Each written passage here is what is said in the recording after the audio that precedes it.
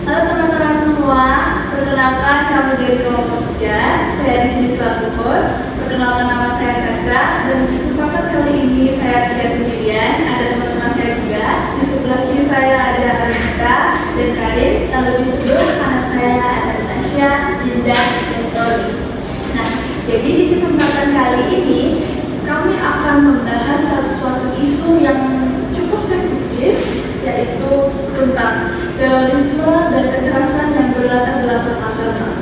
Nah, ketika kita mendengar kata terorisme, seringkali muncul berbagai persepsi dan kekhawatiran. Namun, penting bagi kita untuk memahami bahwa tindakan terorisme bukanlah persepsi dari agama tertentu, melainkan tindakan kekerasan yang dilakukan oleh individu atau kelompok yang memiliki pemahaman dan tujuan tertentu. Nah, agar pembahasan ini lebih menarik, saya tidak sendirian, saudara-saudara saya akan berdiskusi bersama kita hari ini. Jadi menurut teman-teman di sini, terorisme itu seperti apa? Menurut saya terorisme itu ya tadi hampir sama yang kayak saya bilang yang awal-awal yang berhubungan dengan agama itu kayak tindakan kejahatan yang digunakan untuk kayak mengancam atau membuat teror atau rasa takut terhadap masyarakat untuk mencapai tujuan mereka atau ideologinya mereka sendiri. Itu dapat berupa sesuatu individu atau kelompok. Biasanya juga terorisme itu menyerang lebih mengarah ke warga sipil karena lebih terkontrol, tidak bisa menciptakan kepanikan yang luas gitu. Jadi lebih cepat tercapai apa yang diinginkan satu kelompok teroris itu kalau warga sipil. Mungkin ada tanggapan yang lain? Dari kami bilang dalam warga sipil karena warga sipil itu bukan kayak orang banyak yang kayak hampir semua orang kan warga sipil, jadi kayak mereka terancam bukannya mereka orang biasa, bukan orang yang mungkin kayak orang nggak bisa memiliki status yang bukan orang yang memiliki status gitu. Semua orang ada. Menurut pengertiannya, kita sering mendengar beberapa aksi terorisme dikaitkan dengan agama tertentu, padahal tidak selalu seperti itu. Menurut teman-teman gimana? Apakah benar-benar agama menjadi penyebab utama terorisme atau cuma dikait-kaitkan saja? Karena sekarang ini berada di sosial media banyak kesalahpahaman itu kayak terorisme ini itu dari satu agama. Jadi kayak ternyata agama ini terorisme begitu. Apakah sebenarnya terkait oleh agama tertentu? Faktor terorisme kan banyak, ada faktor sosial, ada politik. Mungkin kalau tidak dari yang latar belakang agama, kayaknya karena pemahaman agamanya yang memang kurang, terus mungkin orang lebih gampang mencari kelompok itu dari agama yang sama, kalau dari latar belakang agamanya. Kalau dari latar belakangnya politik ya karena perseteruan partai kelompok itu kalau dari politik. Mungkin ada opini yang lain? Sebenarnya kalau dari agama, mungkin kalau dari persepsi agama masing-masing, dari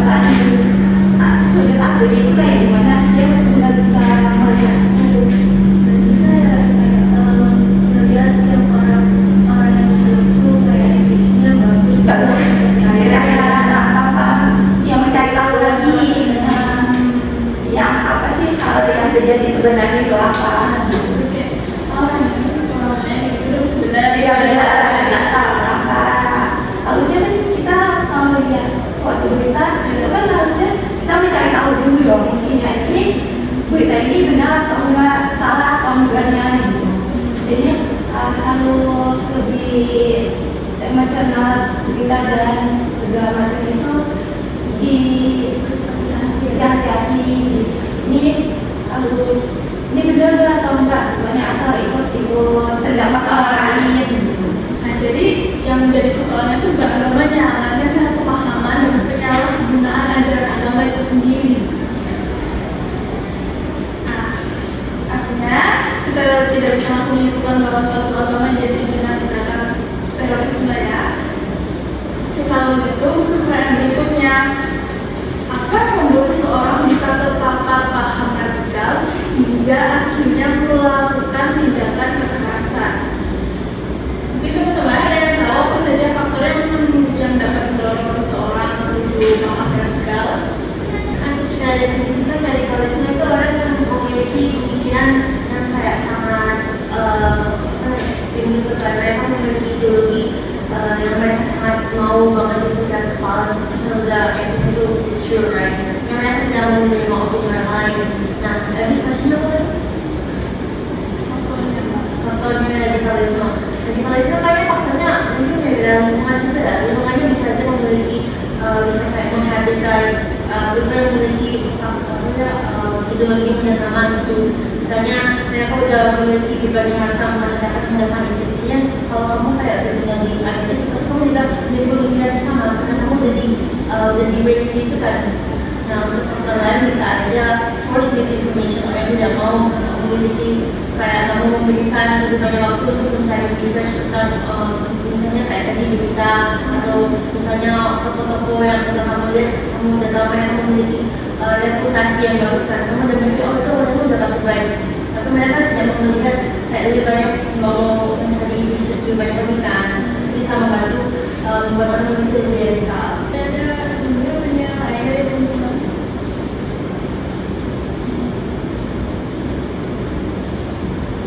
Mungkin itu juga kebanyakan orang-orang yang itu kan yang nggak terima toleransi, nggak terima perbedaan. Jadi kalau udah ideologi udah sejalan, mungkin kan kalau dia melakukan sesuatu yang di luar iniku gitu, jadi ini udah dianggap dosa kalau kaum itu sendiri. Padahal kalau dilihat dari sudut pandangnya sendiri enggak gitu sih. Nah, benar biasanya jadi kayak dari kali tadi kayak didoktrin gitu, ada doktrin orang itu yang namanya udah bagus atau itu ternyata belum tentu juga. Ya, ada kan setiap agama kan berbeda kan ininya. Pendapat setiap agama ini seperti ini dan agama lain seperti itu kan. Tapi di sini banyak banget orang-orang yang selalu menganggap agama ini tuh kayak yang paling bagus. Oh ya, paling benar dan paling benar ya. Jadi menganggap agama-agama lain itu salah. Enggak benar apa sih? Harusnya enggak kayak gitu. Harusnya itu salah. Itu banyak banget kejadiannya. Jadi mau bikin kayak apa sih? Perselisihan pendapat antara setiap agama gitu. Jadi harusnya kita saling toleransi antara agama. Ini malah jadi Berarti ya kan istilahnya padahal kan agama tuh nggak ada yang ngajarin kita buat jelek gitu ya. Sebenarnya agama tuh bagus sebenarnya. jadi ya kan semua agama itu bagus. Jadi kita tuh tinggal ke diri kita sendiri dan menghargai pendapat orang lain gitu tentang agama-agama yang lain juga. Ya saling menghargai aja. Setelah kita udah kayak diskusi misal kayak penyebab-penyebabnya gitu, ketika juga kita ada perlu memahami dampak yang akan ditimbulkan oleh tindakan terorisme. Setelah kita udah diskusiin tentang penyebabnya, tentu kita juga perlu memahami dampak yang akan ditimbulkan oleh tindakan terorisme terhadap masyarakat. Gimana kita diskusikan apa sih dampak yang ditimbulkan oleh aksi terorisme itu? Mungkin di sini ada teman-teman yang tahu dampak apa yang bisa ditimbulkan dari aksi terorisme tersebut. Ya, yang materi itu pertama sih, kayak yang kemarin kasus bom Bali tahun 2002 itu kan ada sekitar 200 orang yang meninggal dunia, 200 lainnya luka luka. Itu juga dari dari keluarga korban juga kan pasti trauma. Terus kalau kemarin itu kasus terorisnya berlatar belakang agama kan, jadi citra yang dibuat tuh jelek di masyarakat. Mungkin sampai sekarang ya mungkin masih ada kayak sedikit rasis dari kaum tertentu itu gara-gara kasus itu terorisme itu. Ada pendapat lain terkait dampak yang ditimbulkan oleh aksi terorismenya. Dampaknya mungkin akan trauma berkelanjutan ya, mungkin kayak psikologi gitu ya, psikologinya terganggu gitu. Saya ngomong kalau melihat ada kejadian yang menjadi contoh kayak kerasa terulang lagi, Iya.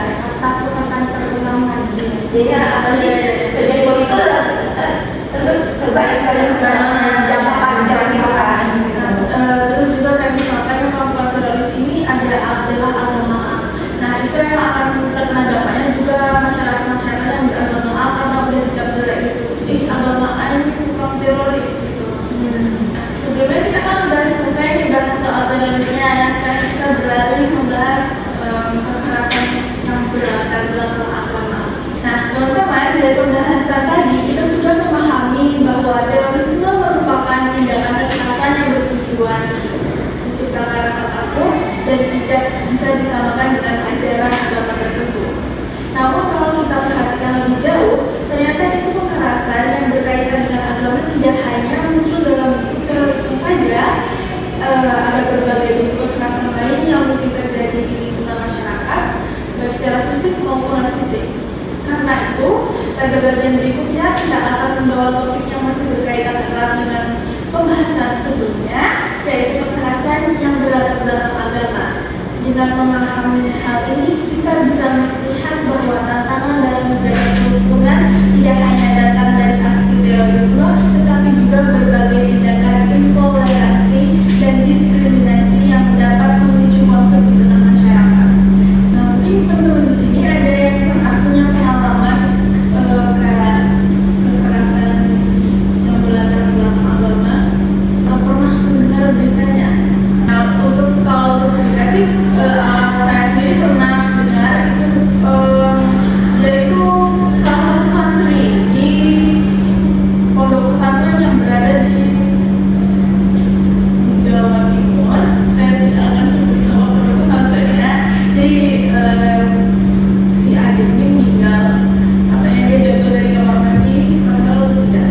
Ada beberapa bekas-bekas kayak minyak itu, ada beberapa luka-luka yang tak masuk akal kalau itu jatuh. Dan ternyata setelah diusut memang itu adalah kekerasan di situ. Jadi di pondok pesantrennya itu dia kayak ada main hakim-hakiman gitu di seniornya. Kayak misalkan ada masalah apa, nanti tengah malam dia bakal dibawa ke bidang belakang, dia bakal disiksa. Itu sih berita yang aku benar-benar apa namanya, kekerasan yang ada di lingkungan agama. Mungkin teman-teman ada sharing pengalaman lagi atau berita-berita yang pernah didengar? Itu sih yang santriwati diambil sama kiainya. Alasannya kan barokah gitu. Barokah ya. Yang katanya berapa? Biar berapa? Ada beberapa santriwati yang digituin. Dan juga itu kayak katanya gini, maaf ya, ini mungkin agak sensitif dicium bibirnya supaya apa Iya. barokahnya tuh kalah. Maaf, ini tidak masuk akal. Itu kayak Kan udah. bohongan banget. Berlatar belakangnya kan berlatar belakang agama. Iya, nah habis itu si tokoh agamanya ini atau biasanya disebut dengan kiainya di pondok pesantrennya bakal menjamin surga. Ya, Jangan itu kayak kehidupannya yang lebih bagus ya. Tapi kan kenyataannya tidak seperti itu kan gitu. Kita kan apa sih dibilang kayak harusnya ya dia diiming dengan berita-berita bagus kayak ada surga, ada kayak segala macamnya itu, tapi kenyataannya itu adalah kekerasan yang harusnya nggak terjadi di lingkungan itu. Dan harusnya kalau kita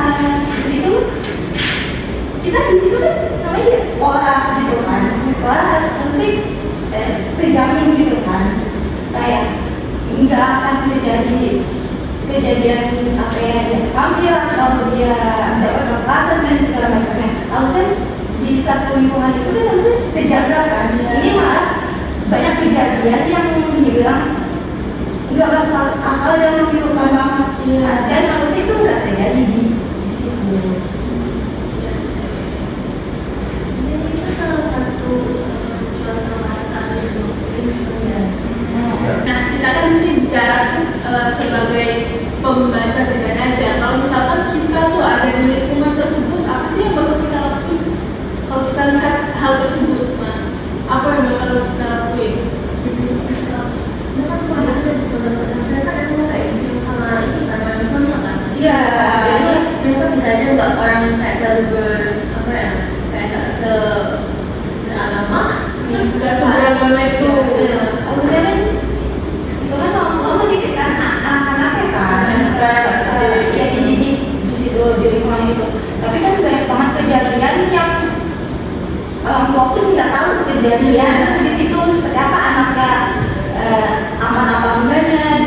Tapi orang tua kan selalu nganggap, oh ya udah anak saya kan di situ pasti aman kan gitu. Nyata banyak kejadian yang anaknya mengalami hal yang harusnya nggak terjadi di situ. Karena harusnya setiap ada kejadian dikasih tahu dan di apa sih sikap ya, untuk kejadian yang terjadi di situ ke pihak orang tua, dan orang tua bisa melakukan apa yang berwajib dan ini yang bisa diusut ya nggak ada kejadian lagi seperti sebelumnya gitu. Tapi kan ada beberapa orang tua yang kalau misalnya emang masih dengar kayak berita tentang pesantren itu kan mereka masih kayak oh nggak apa-apa dah anak kita masih pesantren ini kayak kasih opini gitu kan. Itu banyak juga sih, jadi kadang kejadian kayak gitu yang bikin apa sih kasus ini nggak terpecahkan dan nggak selesai jadinya. Harusnya kalau emang ada kejadian gitu dan awal gitu emang harusnya diusut kan. Ya ditanya benar-benar ini benar nggak kejadian kayak gini oh benar ya, ini harus diproses gitu, bukannya apa sih cuma diem aja gitu. Akhirnya kalau misalnya kasus ini udah banyak kasus itu tapi pada nggak percaya dan pada diem, kasus itu bahkan lebih parah dan bakal kayak makin menjadi di situ, bukannya selesai atau apa gitu. Takutnya kedepannya makin banyak korban lagi gitu. Tapi ya pelakunya kan nggak bakal jelas gitu. Kadang juga sih ada beberapa dari berita kayak mungkin ada satu korban yang udah melaporkan, tapi kayak ada beberapa kayak mereka tutup mulut dan memang nggak mau apa memberitahu kejadian aslinya. Kayak kalau tunggu sekarang tuh kalau diusut tunggu viral baru diusut kan, baru bisa diproses lebih lanjut biar tenaga yang berkewajiban sana tahu gimana jalan kerjanya mungkin gitu kan ya. Kadang ada juga orang tua yang oh nggak apa-apa sama mungkin sama kiai mungkin kayak itu nggak apa-apa, ini berkah mungkin kadang-kadang ya kayak gitu ya. Nggak bisa juga dari orang tua dan ini pemikiran orang dulu sama sekarang tuh beda banget. Tapi memang agak nggak masuk akal. Padahal agamanya aja ngajarinnya kan kita nggak boleh kayak gitu. Iya benar. Dia kayak padahal ini adalah seorang kiai, sekalian kiai. Maka dia bisa melakukan hal kayak gitu, mendoktrin santriwati dan santri-santrinya seperti itu. Kalau dari agama itu pasti salah kan, kalau dari anak agama. Tapi kayak mereka bikin seolah-olah kalau itu kayak oh ya udah nggak apa-apa, kayak normal gitu. Padahal itu udah salah banget kan, udah salah banget. Itu nggak normal. Iya, tapi itu akan dibuat kayak oh itu biasa aja, itu normal dan gitu, malah dibuat pandangan sendiri gitu. Harusnya kan nggak kayak gitu. Padahal itu udah di agama sendiri itu udah dilarang banget dan itu udah salah dan salah banget kan gitu. Dan melenceng dari Iya, biasanya. Mereka